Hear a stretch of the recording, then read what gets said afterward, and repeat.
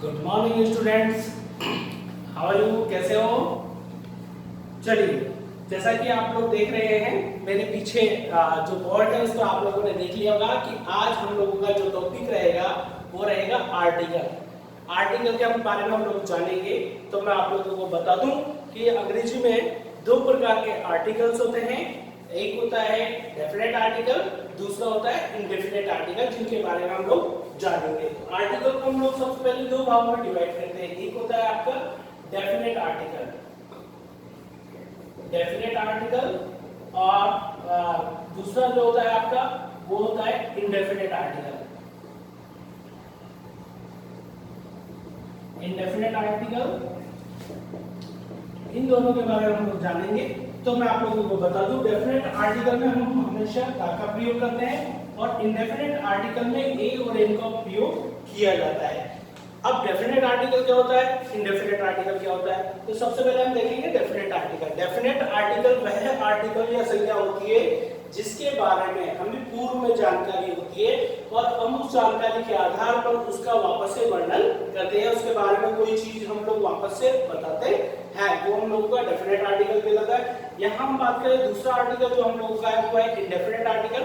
Indefinite article के बारे में मैं आप लोगों को बताना चाहूंगा। इंडेफिनेट आर्टिकल वह आर्टिकल होते हैं जिनका हमें पूर्व में कोई ज्ञान नहीं होता, यानी कि वो जो संज्ञा है, जो नाउन है, हम लोगों के लिए नया होता है, यानी हम लोग उसके बारे में फर्स्ट टाइम पढ़ रहे होते हैं। वो हम लोगों के लिए वो नाउन जो कहलाएगा वो इंडेफिनेट आर्टिकल कहलाता है। तो बच्चों, आप लोगों को समझ में आ गया होगा कि डेफिनेट आर्टिकल क्या होता है, इंडेफिनेट आर्टिकल क्या होता है। इन शॉर्ट में आपको बताना चाहूँ, डेफिनेट आर्टिकल वह आर्टिकल होता है जो पहले से, जिसके बारे में हम लोगों को पहले से जानकारी होती है और हम लोगों को उसका जो आगे वापस से वर्णन कराए, यानी ये यूनिक होता है। इंडेफिनेट आर्टिकल की हम बात करें तो इंडेफिनेट आर्टिकल हम लोगों का एक ऐसा आर्टिकल होता है, वह संज्ञा होती है जिसके बारे में पूर्व में हमें कोई जानकारी नहीं होती है। अब इनका उपयोग कैसे करेंगे, तो सबसे पहले मैं शुरुआत करना चाहूंगा आपकी इंडेफिनेट आर्टिकल से। इंडेफिनेट आर्टिकल में हम एक और एक का प्रयोग करना सीखेंगे।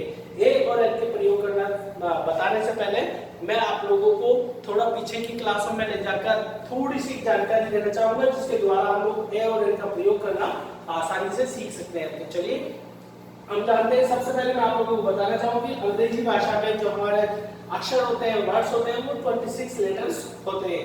यानी अंग्रेजी भाषा में हम लोगों के 26 लेटर्स होते हैं और इन 26 लेटर्स में से 5 होते हैं वाउल्स। वाउल्स कितने होते हैं, 5 वाउल्स होते हैं और जो शेष बचे हमारे 21 वो कहलाते हैं कॉन्सोनेंट।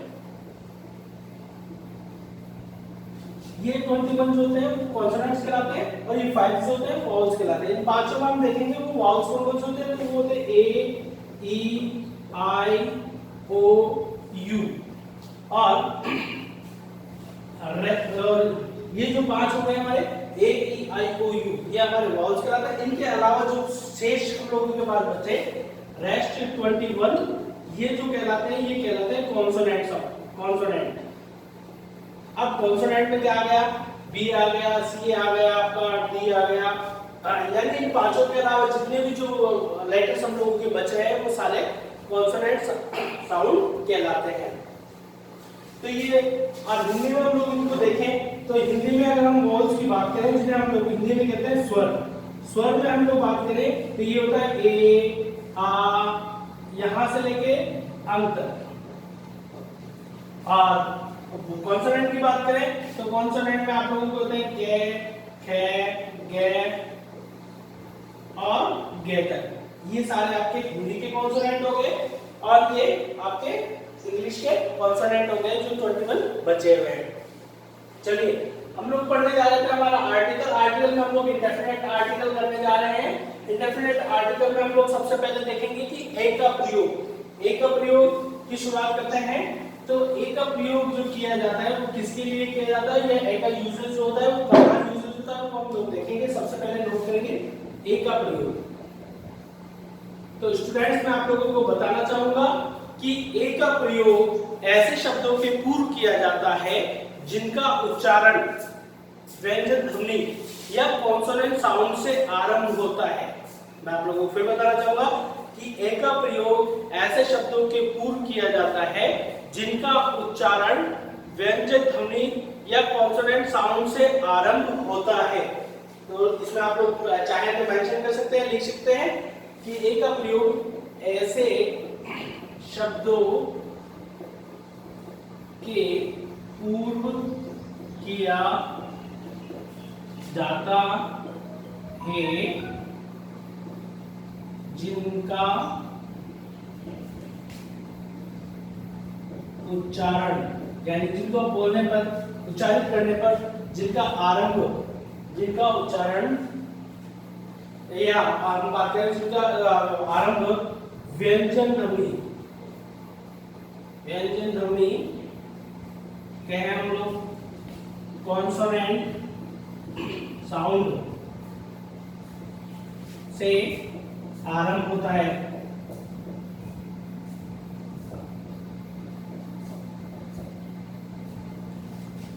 कॉन्सोनेंट साउंड से आरंभ होता है। इसके कुछ एग्जांपल लेंगे हम लोग।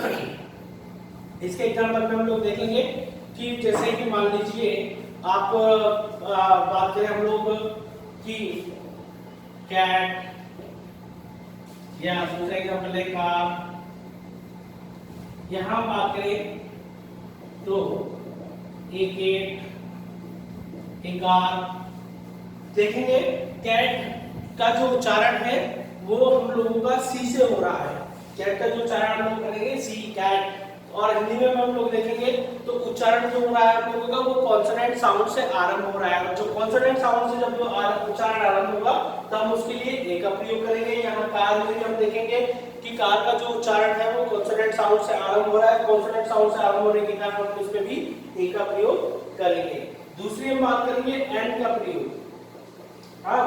एन का प्रयोग, तो एन का प्रयोग में हम देखेंगे एन का प्रयोग ऐसे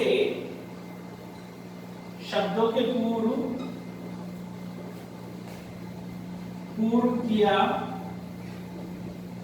जाता है जिनका उच्चारण स्वर ध्वनि, जिसे हम लोग अंग्रेजी में कहते हैं वॉवल साउंड, वॉवल साउंड से आरंभ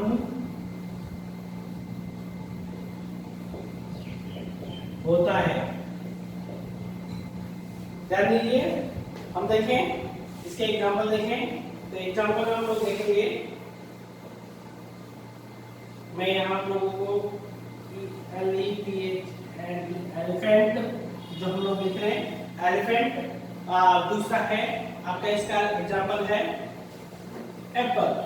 एलिफेंट और एप्पल, सबसे पहले हम एलिफेंट की बात करें तो एलिफेंट का जब हम उच्चारण करते हैं तो हम लोगों को पता है कि एलिफेंट का उच्चारण करने पर हमें स्वर ध्वनि से इस शब्द की शुरुआत होती दिखाई देती है। आप लोग देखेंगे कि जब हम इसको पढ़ते हैं, बोलते हैं तो इसमें हम लोगों का जो स्टार्टिंग है वो स्वर ध्वनि से होती है, वावल साउंड से होती है। और वावल साउंड से जिस शब्द की जो शुरुआत होती है उसके पहले हम लोगों को पता है कि हम लोगों को काय का यूज करना होता है, एन का प्रयोग करना होता है। यहाँ एलिफेंट में आप लोगों का जो इसमें आरंभ है वो आपके स्वर ध्वनि से है, वावल साउंड से, इसलिए हम लोग यहाँ एन का प्रयोग करेंगे।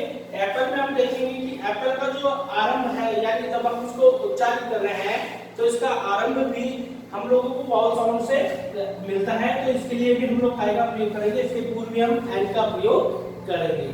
तो विद्यार्थियों, ये आपका ए और एन का प्रयोग, आशा करता हूँ कि आप लोगों को ये सब कुछ समझ में आया होगा। अच्छे से इसका रिवीजन कीजिएगा और इसको अपने नोटबुक में करने का प्रयास कीजिएगा। ये इसका जो करना आप लोगों को जो करना है वो आप लोगों का होमवर्क भी रहेगा। Thank you, God bless.